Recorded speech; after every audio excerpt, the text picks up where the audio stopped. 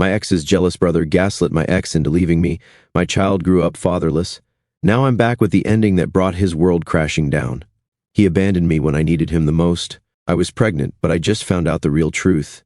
I have no idea how to even explain my situation, but I'll give it a try.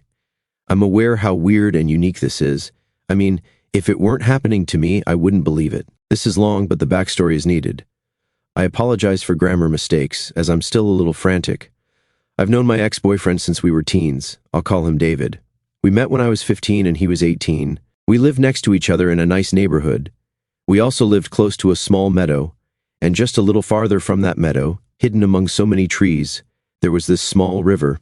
I'm not doing this place justice because English is not my native language, and I'm sure I'm not describing it as well as I could, but it was an amazing place, which I used as a little hiding spot whenever I wanted to get away from my parents or people in general. I used to think no one really knew about that place, and if they did, they didn't bother coming there because, through all the time I was there, I never actually saw someone else there besides me. Imagine my surprise when I go there one day and find David sitting by the river. At that time, we'd seen each other around the neighborhood, but that's it. Anyway, that day we started talking and became very close, not intimate because I was 15 and hated the idea of dating, and he was 18 and wasn't known for long-term relationships. So we got pretty close, and I met his family. His mother was the sweetest thing. His dad, I remember, was gross, stupid jokes, sexist, ignorant, to which David told me not to mind him. I didn't mind.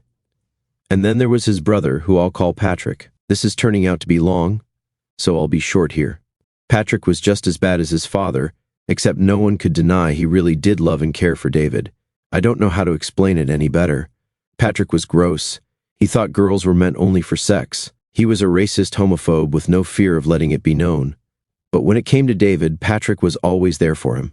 He was overprotective of him, and I remember that made me feel a mixture of sadness and anger because if he could love his brother so much, then why the hell couldn't he be a better person? Anyway, my friendship with David only grew, and I should make it very clear that if Patrick was like his gross father, then David was like his mother, no doubt. David was sweet, caring, his worldview was similar to mine. He was not a racist nor a homophobe and was always clashing heads with his brother because of that. So, let's speed things up. We became a couple when I was 17 and he was 20. Things were incredible and our relationship was good. He's not my first relationship, as I'd gotten over that no dating thing and dated other guys during our period of friendship. I literally have no complaints about him as a boyfriend. The problem was Patrick. Yes, that man had no problem with me when I was just David's friend, but as soon as I became the girlfriend, Patrick started treating me and David horribly. If we were together, Patrick would call and ask David if he was spending time with his little whore, which made David tell Patrick to fuck off and hang up the phone and spend the night with me. He'd apologize, and I'd say it wasn't his fault, as it really wasn't. He'd stood up for me more times than I could remember. I never let Patrick's comments bother me, and I'd usually flat out ignore him whenever I saw him. He was an asshole and didn't deserve my attention. So Patrick became insanely jealous. He thought he was losing his little brother, and it was all very stressful. It only came to a stop and got a bit better when David told Patrick to either cut that shit out or he'd cut him off from his life forever. He told Patrick that if he ever so much as made a nasty comment about me, even if behind his back, he'd go on pretending he didn't have a brother.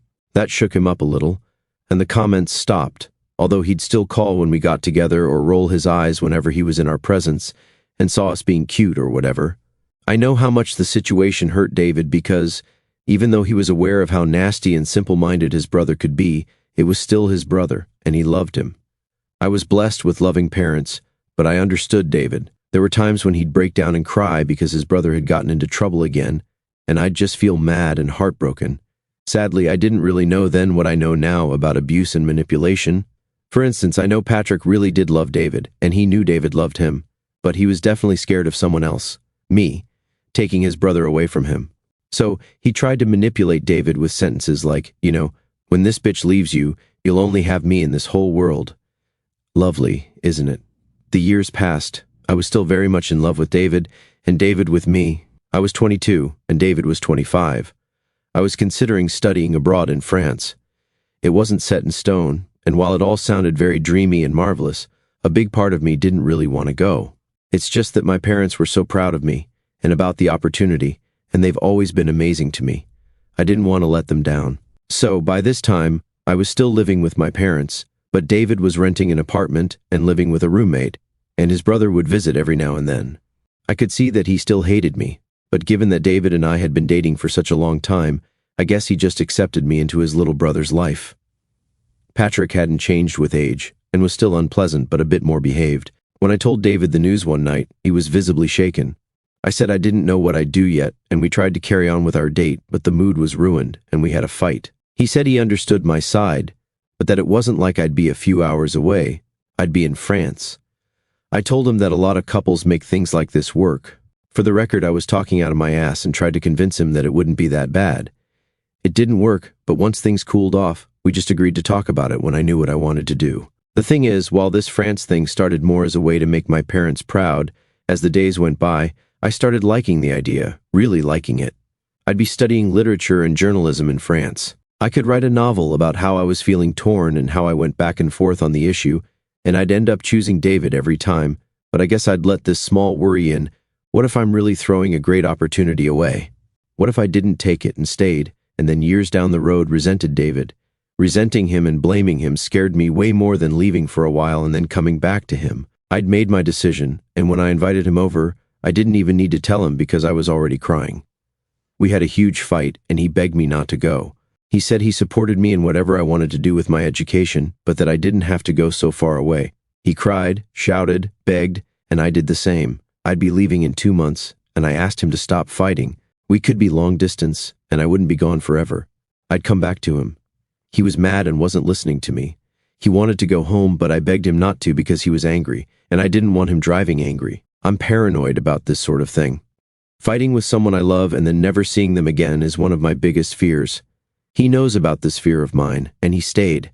He went to the living room while I stayed in my bedroom. When it was close to midnight, I went to fetch him from there because I didn't want to fight. I found him watching a TV show on the couch, and he was still angry. I asked him to come to bed with me and grabbed his hand. He looked at me for a moment before letting me pull him up. We spent the night together, and in the morning he told me he couldn't do this, couldn't be with me knowing I'd be leaving him. He said it was best if we just stopped seeing each other now. I started crying immediately, but I didn't ask him to reconsider. I wanted to, but if, after spending the night together, after that big fight, he still thought it was best to stay apart, then there was no way I could convince him otherwise. He kissed me, said he loved me, and wished me luck, and I was a freaking mess. I'll skip the part where I spent the next few weeks going back and forth again on my decision and wondering if I made the right choice. It was torture. I wanted to call him all the time and beg for him to come back, but I refrained, even went as far as to give my mom my phone so she could hide it from me. I only broke down once and called him. I wanted to text him, but the thought of him seeing the text and not replying scared me because that would be horrible and give me no hope for a second chance. But he didn't pick up. Life went on, and I was miserable, but I clung to France more than ever. I guess this is the part I surprise you guys. On the 2nd month after our breakup, I found out I was pregnant. I don't know how important the detail of birth control is here, but it was a mistake on both of our parts where we didn't use a condom on 2 instances. I wasn't on the pill back then. I am now. Anyway, I panicked. The trip was 2 weeks away and I didn't even care about it anymore. I wanted to get to David and tell him I was sorry and tell him about the pregnancy and that we could be a family and whatnot, except no matter how many times I called, he wouldn't pick up. I texted him, and he never even saw the messages. I went to his apartment, only to find out by his roommate that David had gone on a road trip with Patrick. I freaked out and scared the crap out of his roommate and asked if he knew where, road trip to where, but the roommate didn't know. They weren't close friends, and the only thing David said was that he'd be out on a trip with Patrick, and that's it. I sent even more texts, but he'd never see them. I tried to track him down to no avail. Finally, I decided to write him an email. In my mind, he wasn't seeing the texts because he was on the road, but he was bound to stop at some place sometime, right? So he'd see the email, and then he'd know and come back. I wrote the damn thing and told him everything. I asked him please to call me as soon as he read it because I needed to talk to him, to talk about our baby. I needed him. This was over the course of a week. The next week was my trip to France. I kept hoping he'd call right back or whatever, but he never did. I was devastated. I couldn't believe the man I loved for such a long time, the man I thought was good, could just ignore me like that. I kept trying to call him, but it would ring, and I'd get voicemail. Then, all I'd get was a notification saying that number couldn't be reached. To say my heart was broken doesn't do justice to how I truly felt. I considered waiting until he came back, but if he was ignoring me like this when I just told him I was pregnant, then there was no point in waiting. In my mind, he hated me and never wanted to see me again. In my mind, he was ignoring and refusing our unborn child. It was the hardest thing I ever had to do, but I was keeping the baby, and I didn't have the luxury to keep lying in bed hoping he'd come back. I took that opportunity and traveled to France. I talked to everyone in charge about my pregnancy. They said there was no problem, and so I studied, had a healthy, beautiful baby girl whom I adore very much, and spent the next 4 years focusing on my life and my child. I essentially disappeared for everyone else back in my hometown except my parents. I changed phones, and I was never into having Facebook or Instagram, so I never bothered with it. I did lose contact with some good friends, but if I'm being honest, I didn't mind it that much. Everything and everyone reminded me of my old life, and my old life reminded me of David. Anyway, I came back to my hometown for the first time in 4 years, 8 months ago. My parents offered to let me stay with them again, but I rented a nice little house next to the school I'm currently teaching in. It's just me and my baby girl, and things are fine. Well, we're fine. I knew I'd run into him. You can find anyone in this damn town, as it's so small. There was the chance that maybe he'd have moved, but I knew it was a slim one because he really loves this place. It's his home. So I ran into him while I was stuck in traffic. I didn't have my daughter with me and was coming back from work. I saw him on the sidewalk, and he saw me. Bear in mind, we had had no contact for 4 years. We stared at each other until the light turned green, and he called out my name, but I didn't stop. I couldn't forgive him. This is way too long already, so I'll skip over and say that, over the course of a few emotionally draining weeks, he found me and kept trying to reach me until I finally gave in and snapped at him. My parents were really against it, of course, but I did want to get some closure or whatever. I just wanted to know how he could be so horrible to me.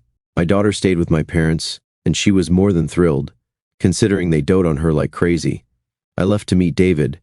This is when things get crazy, and I mean crazy. He tries to make small talk, but I'm having none of it, and I jumped to the texts and email. I asked how he could do that to me, how he had no remorse for ignoring me when I was pregnant with our child, how he could throw everything we had in the trash just because I wanted to study abroad. He went crazy, but not crazy in a bad, hurt me way. His eyes were wide, and he was shaking and saying he had never read any email, that he didn't know about the pregnancy. He kept asking if I was telling him the truth, wanting to know if I kept our baby. I wasn't having it, and asked him to tell me how in the world he couldn't have seen the email or the texts. He told me that, as soon as we broke up, when he left that morning, he told his brother. I can only imagine what his brother said about me, but anyway, his brother came up with the road trip and forbade him to bring his phone, as this was going to be a brother's trip, and Patrick would help David get over me. When they came back, Patrick erased my texts from his phone for him. This is believable because the texts I sent never revealed the pregnancy, only the email did, so he could have easily thought I just wanted to apologize or get back together and was being crazy about it. When I asked about the email, he said when he came back and logged onto his computer and checked his email, there was none from me. I didn't believe him, but he kept begging me to, kept saying I knew him, he hadn't changed, that me leaving was the worst thing that ever happened to him, that he would never abandon me and our baby. He wanted to see her. He kept saying he was sorry over and over and over again. I still left, but something felt off, and my heart was heavy. He sounded sincere. If he was ashamed of what he did, why not say it? Why come up with some elaborate lie about how he didn't have his phone with him? He could have easily told me he freaked out, but the thing is that when I told him about the email and the pregnancy, he looked surprised and shocked, the way he kept asking me if I was telling the truth. I don't know, part of me believed him, or wanted to believe him, but then another part just wanted me to tell him to fuck off, because if he was being honest, then it would mean that I spent 4 years thinking the father of my child abandoned us when that wasn't the case at all. I told my parents, and even they seemed surprised but advised me to be careful, told me that it is more than likely a lie, and he just wants to save face. I let things go and spent the night with my daughter, and a few days later he asked me to meet him again. He kept saying it was urgent and that, if after that I never wanted to see him again, then fine, but that I needed to hear him out. Call me weak, but I agreed. When I arrived, he was fuming. He was shaking, he was mad. The last time I saw him like that was when we broke up. He was never violent, but I felt weird seeing him like that. I asked him what was so important, and he told me that it was his brother. That's it. I asked him to explain, and here's the reason why you guys needed to know this huge backstory first. why you guys needed to know about his relationship with his brother. Patrick knew his passwords. Patrick knew everything. Patrick had logged into David's email account and deleted the one I sent. I was in shock. I sat there next to him without talking for a few minutes until I asked him how he was sure. How could I trust him? David said he had gone home and contacted his brother. He was desperate after finding out about our daughter, about the texts and the email. Patrick tried to accuse me of lying about the baby, saying it was probably someone else's. He tried to make it seem like I was just trying to make David feel bad. They argued, and David hung up. I don't know if remorse kicked in, but Patrick called him back an hour later and told him he had logged in and deleted the email because he was afraid David would come back to me and forget about him. He claims to not have read the email, that he didn't know about the pregnancy either, but I'm sure that's a lie. David told me all of this while apologizing and crying and begging me to believe him. I was shocked, stunned, frozen. If it's true, all that suffering happened because of Patrick. David kept begging me to forgive him, saying he had cut off relations with his brother and that it took every ounce of willpower not to go to his house and kill him. He told me he would have never abandoned me.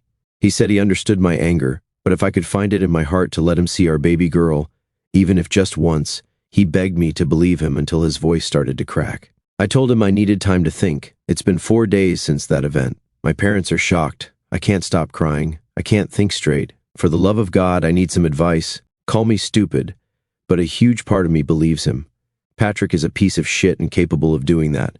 He was always scared of losing his brother because David is the only person in the world who could love him even with all his mistakes. Another part thinks I'm being dumb.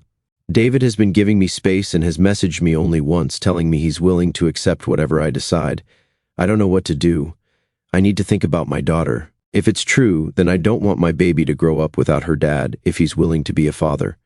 I don't know. Help, please. I am overwhelmed and stunned with the kindness and care you guys sent my way. I wish I could have replied to you on the original post, but it was locked. I apologize again for grammar mistakes. English is not my native language, and if a sentence doesn't make sense, please tell me. A lot of questions were raised in the original post, understandably so. I left out a lot of details because I was in a hurry to get to the point, and as I really needed advice on what to do. Some things, though, I tried to explain in that post itself, but I guess they were lost in translation. I'll get to it, addressing the more urgent questions first. My parents were furious with the way David was ignoring me, and my father wanted to go bang on David's parents' door and drag his father by the neck and get some answers. I told him not to, which led to him being mad at me. My mother wanted me to hold David responsible and told me that if he didn't want to be a parent, then he'd have to at least help with child support, considering he had no trouble conceiving the child with me. But I was devastated. I didn't go into this subject because honestly, I thought I didn't have to, but I have money. I was able to afford a decent life for my baby and me while I was in France, and I even got a part-time job at a bookstore while I was there. I didn't want to call David's parents and demand that they tell me where their son had gone. I didn't want to barge in and say to his mom, whom I adored, that her son had gotten me pregnant and ignored me in all my attempts to reach him. I didn't want David's money. It would hurt too much seeing the man I'd been so in love with, the father of the child I already loved more than anything, being forced into doing a share of parenthood by paying child support. I didn't want to do any of that because I'd have to admit to myself that David was really ignoring me, ignoring the existence of our child. I wasn't thinking straight. I was broken. I know I should have handled it better and tried harder, but I was scared out of my mind and, on top of that, I was angry beyond reason. I won't ever be able to properly explain what it felt like to be abandoned by someone I loved and trusted so much. In my mind, he didn't want me. I'd sent countless texts and an email telling him about our kid. It wasn't enough, and that's a mistake that will haunt me for the rest of my life. Believe me when I say that I paid the price. I cried for so long and went through the motions that waking up with swollen eyes became a normal thing. My first year abroad was pathetic and sad, to tell the truth. My parents stayed with me for the first few weeks, and then they came back. I was in a place where people didn't speak my language, and while I knew French and could read and write properly in it, speaking was a different thing. I'd get nervous and get some things wrong. I made friends with an American girl, but I didn't let her get too close at first. The first time my baby kicked, I was alone. It was a rush of feelings, and I was so happy that this little thing was growing inside of me. And when it clicked that David wasn't there, I cried. I'd cry and talk to my belly and apologize to her, my baby, and promise her I'd be the best mom in the world. When my parents came back to our town, my mother asked me if I was sure that I wanted to do this alone, if I really didn't want to get the justice system involved. I told her that I was sure. It was stupid, but it was me at 22 years old, heartbroken and full of pregnancy hormones. I wanted to pretend David didn't exist. I wanted to desperately erase that breakup because, if I didn't, I wouldn't be able to properly care for the tiny little human inside me. I wanted to grow up. I wanted to wake up and have 3 decades of motherhood seared into my brain so I would know exactly what to do and how to behave. There's been some confusion about me trying to reach him, though. After we broke up, we went no contact. He does have Facebook, but I don't, so it was easy to shun him on the internet. I'm very stubborn and proud, so when he left, I decided that was it. He didn't want me, and I'd move on with my life, except I broke down and gave in and called him once before I knew I was pregnant. He didn't pick up, and I didn't try again until I found out about our baby. Once I found out, I called him like crazy and texted him. I didn't tell him I was pregnant via text because I wanted to do it face to face. I went to his apartment, and that's when I found out via his roommate that he had gone on a road trip with Patrick. David and I had been no contact, and I had no idea where in the world he could have gone to. I tried asking his roommate, but he didn't know. I explained in my original post that David and this guy weren't close, and they barely spoke, they just shared an apartment. At this point, I was already pretty hopeless, but as I said, I didn't want to go to his parents and tell them. I wanted to tell David. My mind was David, David, David. I tried to believe that the reason he hadn't been responding to my texts or answering my calls was because he was on the road and the signal was bad. I let myself believe in all the ridiculous theories my mind came up with, because I couldn't believe he was really ignoring me. Meanwhile, the day of my trip was close, and I was ready to cancel it if there was a chance David and I could be a family. I couldn't postpone the trip. That wasn't even an option. I wasn't flying out to France for a vacation, I was going there to study. The classes would start soon, and I had this opportunity, and I could either take it or leave it. Since David wasn't picking up, I had to keep this trip as my backup plan. I had no way of tracking him down, especially not knowing where he went and refusing to get his parents involved. So I sent him an email telling him about the pregnancy, saying I'd wanted to tell him face to face, but that he left me no other choice. I sent the email exactly 1 week before my trip. That gave him time enough to read it and call me. He never did. I waited like crazy to the point my mother would argue with me because I was so miserable, and then I'd hear her crying to my dad in the next room. It is a small town, and people did talk about me. They didn't know I was pregnant, they just knew I left. My parents would call me with updates now and then, and they'd tell me people were asking where I was. My mom would politely answer that I was traveling and leave it at that. Ever since I came back, few people have talked to me about my trip. They mostly talk about my daughter and wonder when I had her. I have no problem telling them that I had her while on my trip, and that I'm a single mom. They usually take the hint and don't ask about the father. Small towns in real life aren't like in the movies where every single person sees you and immediately approaches you, wanting updates about your life. They have their own lives to mind. Sure, there were some gossipers here and there, but I never paid much attention to them. My parents wanted to destroy David and his entire family, but I begged them not to. I just wanted to forget. I told them to pretend they didn't even exist and, if they saw David on the street, to ignore him.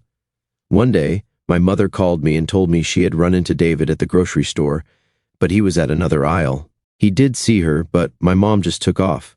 Another time, she called me and told me David had knocked on their door late at night. They didn't answer. All David knew was that I'd gone on my trip, and my parents had suddenly stopped talking to him. All my parents knew was that David was the scumbag who knocked up their daughter and left her, and now he was trying to explain his actions. David couldn't reach me because I had changed my phone number, gotten a new email that I disclosed only to my parents, teachers, and job applications. After that, I told my mom that I couldn't keep hearing about David anymore because it was too hard to move on. I didn't want to know what he was doing. I wanted him to disappear from my mind completely. No one but my parents and a very close friend knew about my pregnancy. No one. It's not like I would go running around telling people I was pregnant and abandoned. I'm a private person. The close friend who knew happens to be my best friend and the godmother of my baby. We met in junior high, and then she moved to another city, but we kept in contact. Likewise, she was also furious with me and my decision to not ask for child support and just wanting to move on, but she stood by me anyway. I understand that we live in a world where technology pretty much rules our social lives, but that doesn't mean I have to go on telling everyone about mine if I choose not to. As for mutual friends, I met David when I was 15, and he was 18. Our social circle was very different, and the only reason we even began to talk was because we met by accident near that river. Even when I started dating him at 17, most of my friends were the girls from school, while David would hang out with people from his job at the time. Of course I met them, but I was never close to them, and David wasn't close to mine. Hell, I wasn't that close to our friends except my daughter's godmother. As we grew older, while we loved each other, our academic and career interests were very different, leading us to another diverse social circle. I was always into arts, poetry, museums, and David was into sports, old cars, and bikes. When we broke up, he was working as a mechanic, and I have to admit he's a damn good one. You get him talking about, say, a Shelby Mustang from 1967, and he'll tell you all there is to know about it for hours on end. I was always fascinated by that. I read all the comments and took everything into consideration. I decided meeting David first and talking